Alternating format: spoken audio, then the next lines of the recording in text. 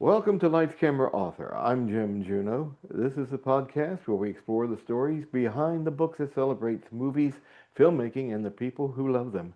And again, I'm your host. And if you like us on YouTube, please subscribe. It does us a world of good. Now, today we're diving into the world of film history and criticism with Nat Segaloff, author, co-author of Every Movie is a Miracle: Conversations with Leonard Maltin. Now, this book grew out of a 50-year friendship with one of America's most beloved film critics, depending on whose movie he's reviewing, I would suppose. And from a childhood movie fan to television personality, historian, and author, Leonard Maltin has spent a lifetime celebrating the magic of cinema. And Nat, you capture his insights, stories, and humor in this engaging volume. So, welcome back to Lights Camera Author. Thank you, Jim. It's a splendid being here. What else can I say? We're getting into a routine. Exactly. Now, you've been around film history, though, and criticism for almost as long as Leonard Maltin. When did you realize this wasn't just a hobby, that movies were going to be your life work? It's a very funny thing, but back in 1977, when everybody had black and white sets, I want to say, I was Hmm. tapped to be in a show called Evening Magazine, which was owned by Westinghouse television stations. When it wasn't a Westinghouse, it was called PM Magazine and was part of a syndicated Hmm. primetime access show. And I was I remember tapped to that, be yeah. their film tipster, which was not really reviews, but to tell people about upcoming movies. Now, I'd been a critic for a few years anyway, having started off in movie publicity and then transitioning to newspapers. But this was the first time I really became aware of the power of the press. You know, the old line from the movie network, because you're on television, dummy, applied to Hmm. me. People started recognizing me on the streets as a film critic. They had no idea who I was. They just knew that they'd seen me on television. And that, for them, was some level of importance. So when I started working with Leonard on this book, we both realized that, people confused him with Siskel and Ebert. They didn't know Hmm. except that he was on television, dummy. And so that's my transition from being a critic to being someone who, like Leonard, was really out there and he was doing remarkable work. And we had become friends, which is very helpful.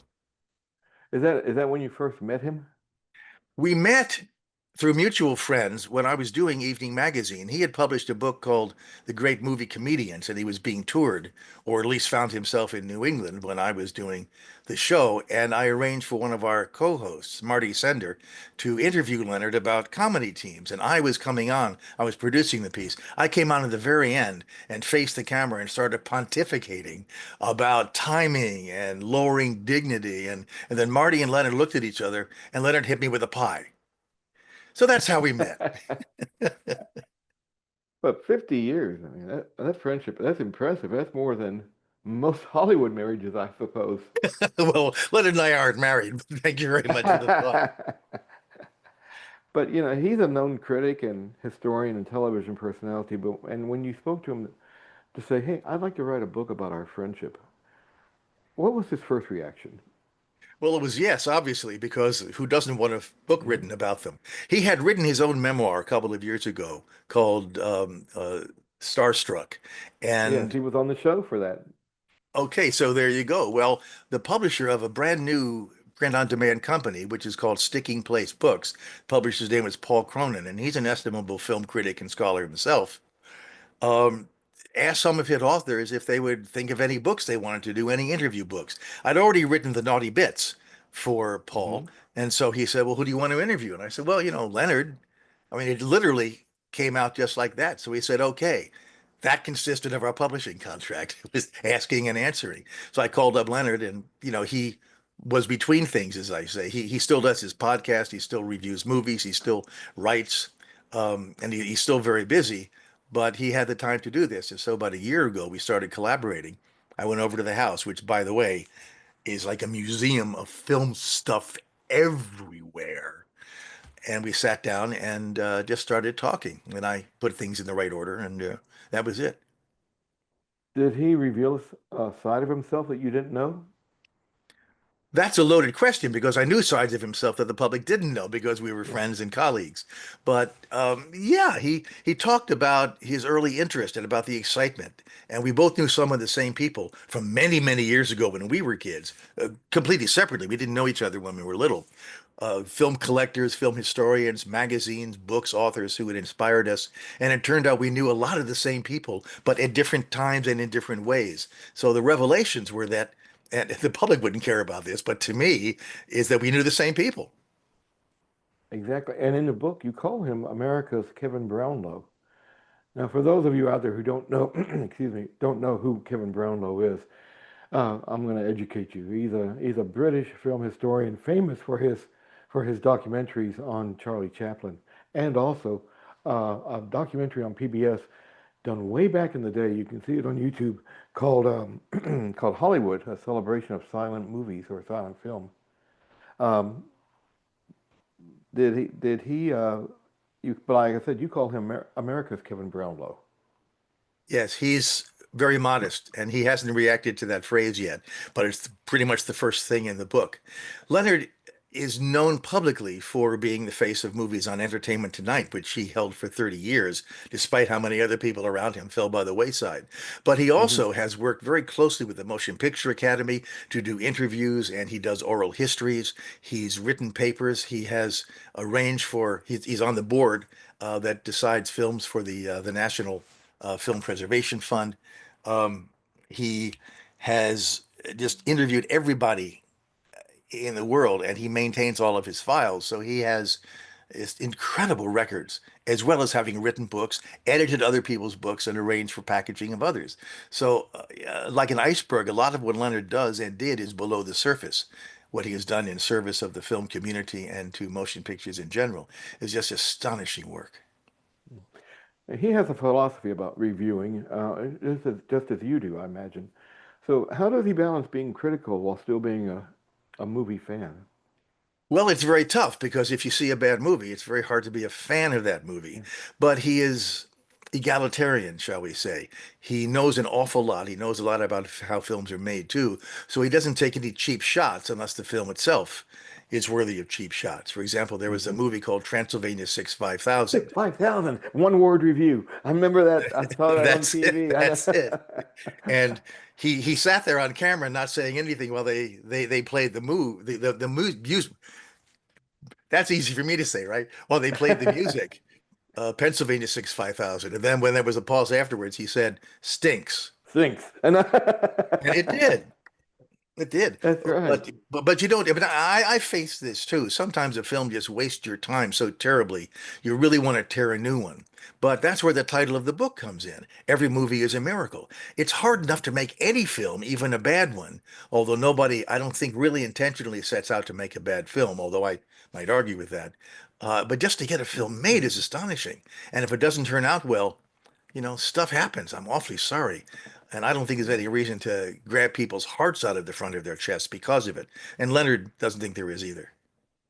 Now, does he have any quirky rules? I don't know if quirky is the right word, but any maybe offbeat rules that he has for reviewing?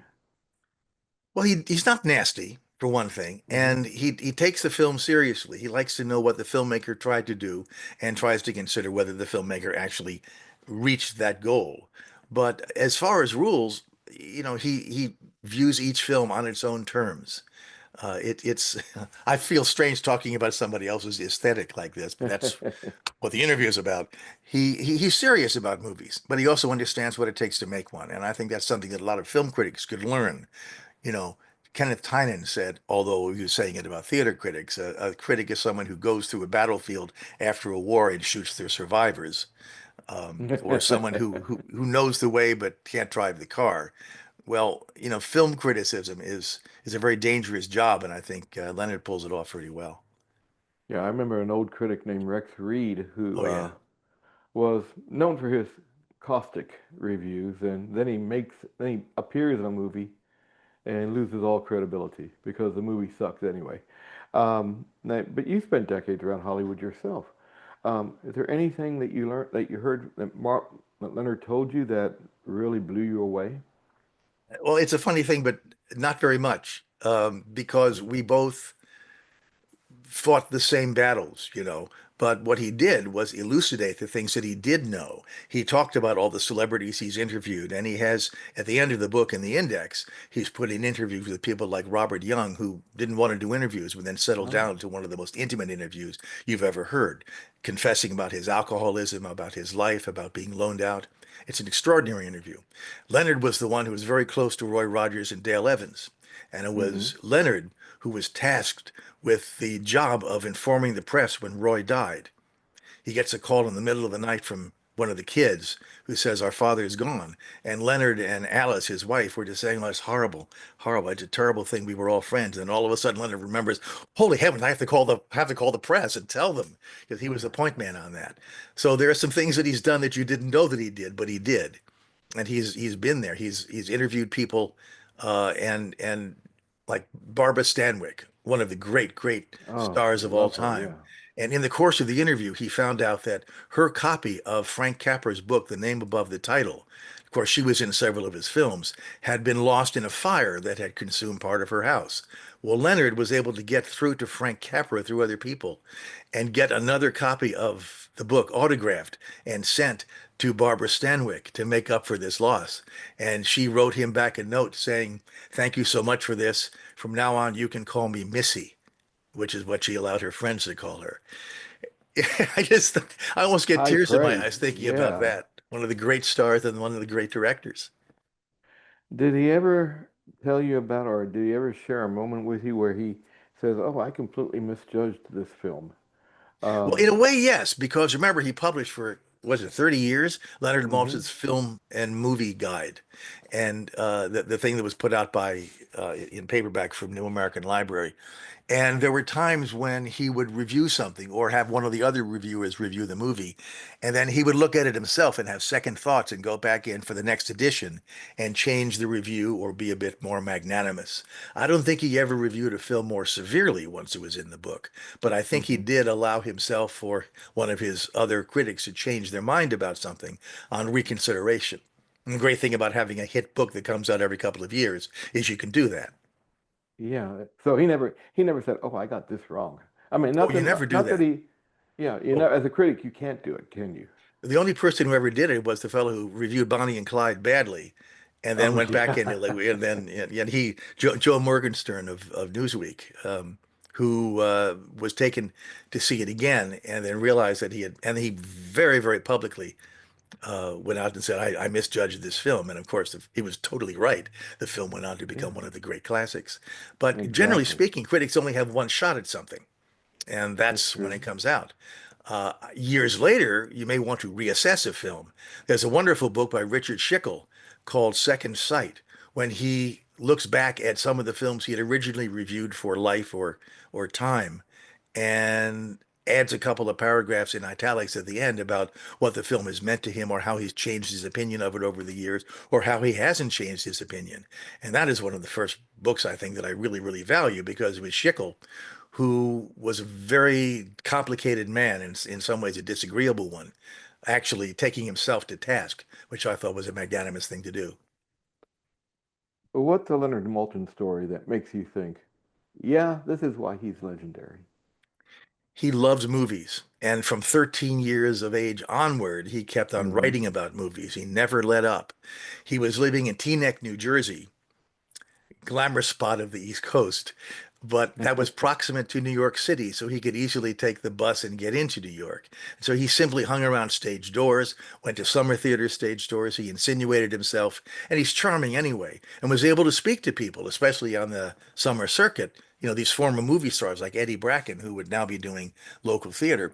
And his knowledge was so great at the time. Remember, there was no internet, so he had to learn it either hmm firsthand from watching the movies on TV or go to the library and bone up first.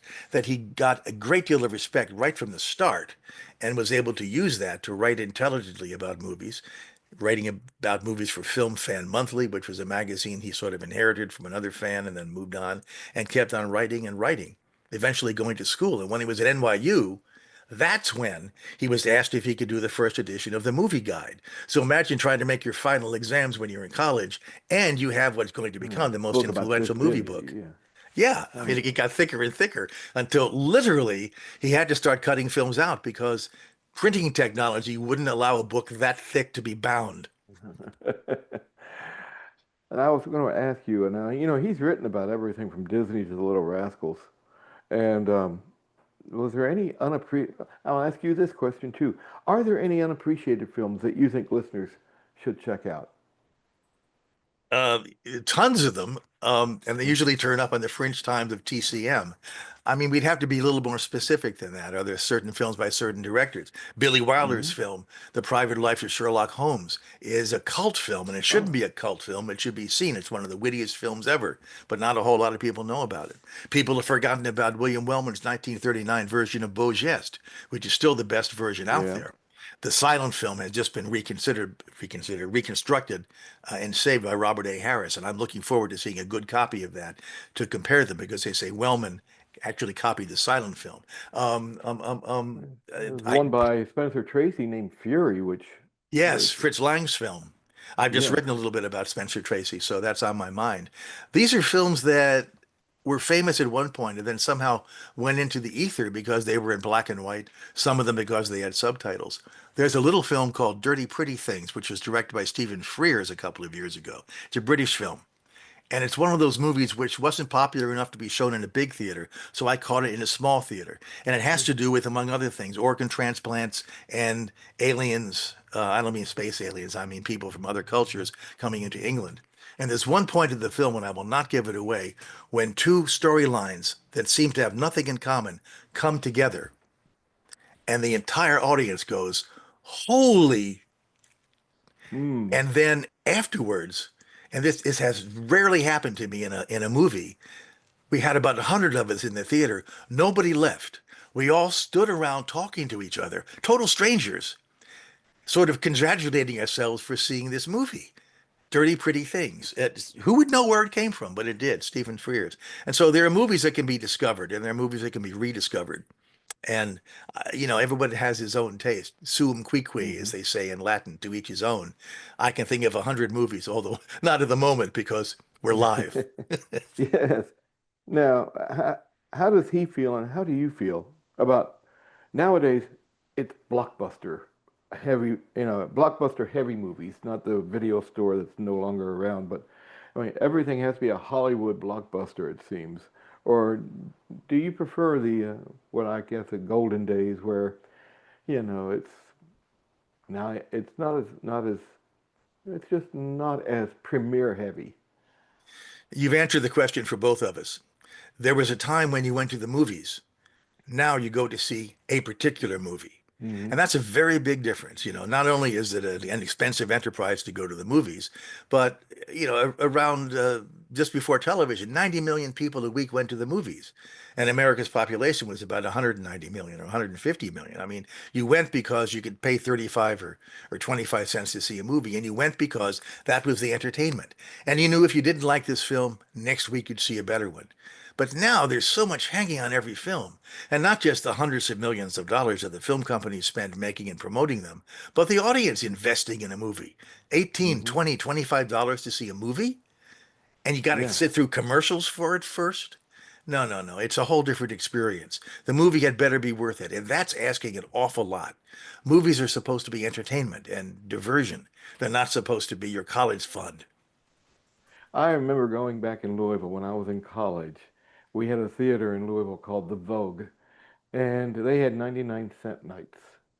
And you could go see a movie like Gone with the Wind or or The Day the Earth Stood Still or things like that, for 99 cents.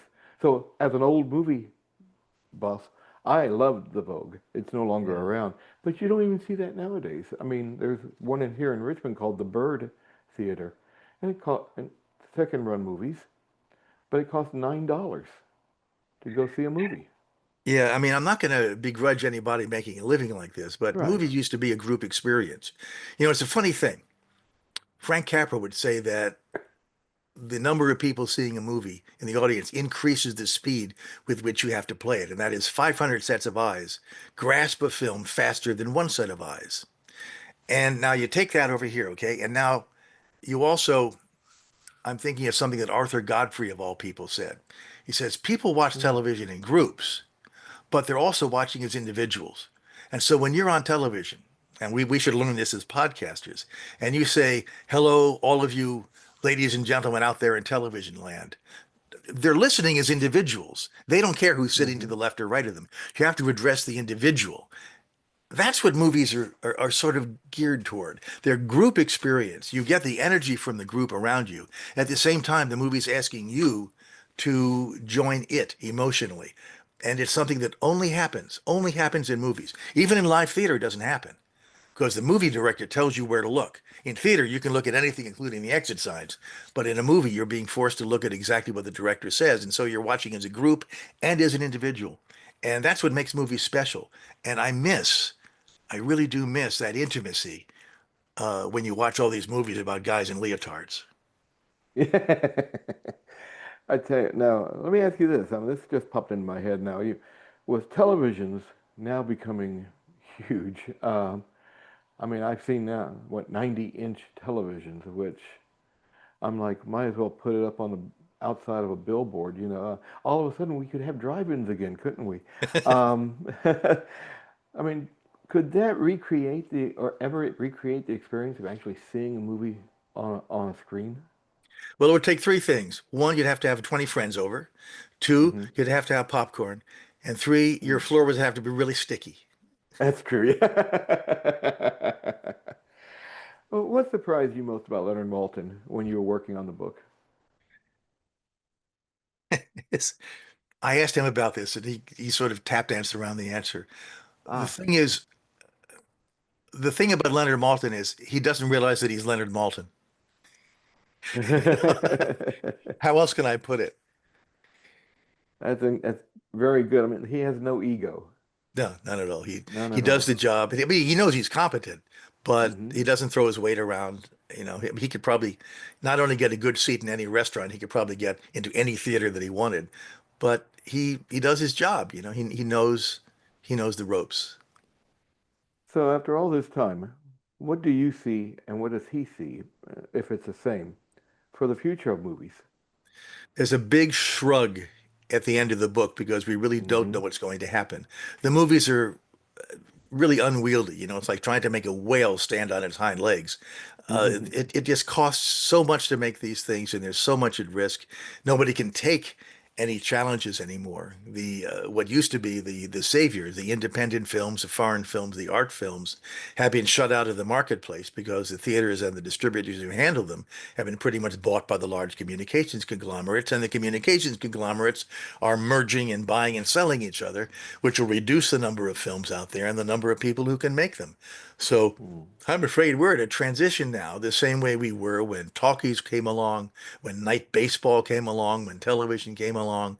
Hollywood has survived, but in what form? We honestly can't predict that. I mean, even now, as we record this, artificial intelligence is threatening to take the Oh, livelihoods of everybody in the business. And mind you, not just the fact that it can duplicate somebody or create life where none exists. There's now a move by the people who are in charge of AI to demand an opt out if you don't want your image or your work to be used. That's insane. It should be an opt-in, and they should negotiate for everything. So they're trying to push that through, and it's not going to work. The Motion Picture Association is fighting that, but the Motion Picture Association is like Dracula in charge of the blood bank. So this is literally fresh news, and one has no idea what's going to happen with movies if, in fact, they're still going to have humans in them. I hate to be an that's alarmist. true. I know. Well, we get the AI actress Well, look at who's Spider-Man. Half of Spider-Man's an animated yeah, film. that's true. So that's just the way movies are made. Uh, But there's still nothing more interesting than two people talking to each other if they have talent and if the Exactly. script is good. Like Well, let me us. ask you one. Yeah, exactly. Even though we're using Zoom to do it, but it's like we're right together. Um, Last question. When the readers close this book, what do you hope they walk away with from I movies hope that, or yeah. well, when readers close every movie is a miracle. See how I got the plug in for that title? Um, Well, nice work. Yeah. Thank you very much. They're going to come away, I think, with reinforcement that movies are fun, they're worth watching, and that other people do enjoy them. It's nice to know that it's a shared experience, and especially the great stories that Leonard tells about his adventures and the people that he's worked with remind us how much fun the movies really are. That'd be great. Well, I tell you what, the author is Nat Segaloff along with Leonard Maltin. And the book is Every Movie is a Miracle Conversations with Leonard Maltin. Nat, I really want to thank you for being on Lights Camera Author today. Thank you very much, Jim. I'm sure I'll see you soon. Oh, heck yeah. Oh, let me ask you, what are you working on? Funny you should ask. The the next book that's coming out is a reprinting of my biography of William Friedkin that I wrote in 1990. Billy passed away in 2023, and I finally made arrangements to bring the book out again. It's called Hurricane Billy: The Stormy Life and Films of William Friedkin. Has a new foreword and a long afterword when I talk about the rest of his career from 1990 on, and his death, of course. So a lot of people, I used to find it on the internet for a fortune. And I said, well, I want some of that money for used copies. So I decided to publish it again. Yeah. And I've also just sold another book, a very, very interesting slant on the films of Alfred Hitchcock, which Ooh, I'll make a formal announcement at some other time, but we're still working on the no problem. paperwork. So there's that. And I keep on writing. My job is a journalist. I'm not one who requires inspiration. I require somebody saying, write a book. That's what I do. Exactly. Well, again, I want to thank you for being on Lights Camera Author. And like I said, the book is Every Movie is a Miracle, Conversations with Leonard Maltin. It's out now. You can pick it up on Amazon or bn.com or what, Books A Million. Are they still around, I hope? You can even go right to the publisher, Sticking Place Publishers. Books, and get a better deal. Fantastic. Or order it at your brick and mortar store, There you go. at your local bookstore. Nat, again, it's been so much fun having you on the show again, and we're going to be back again. I hope to see everybody on this, viewing this again.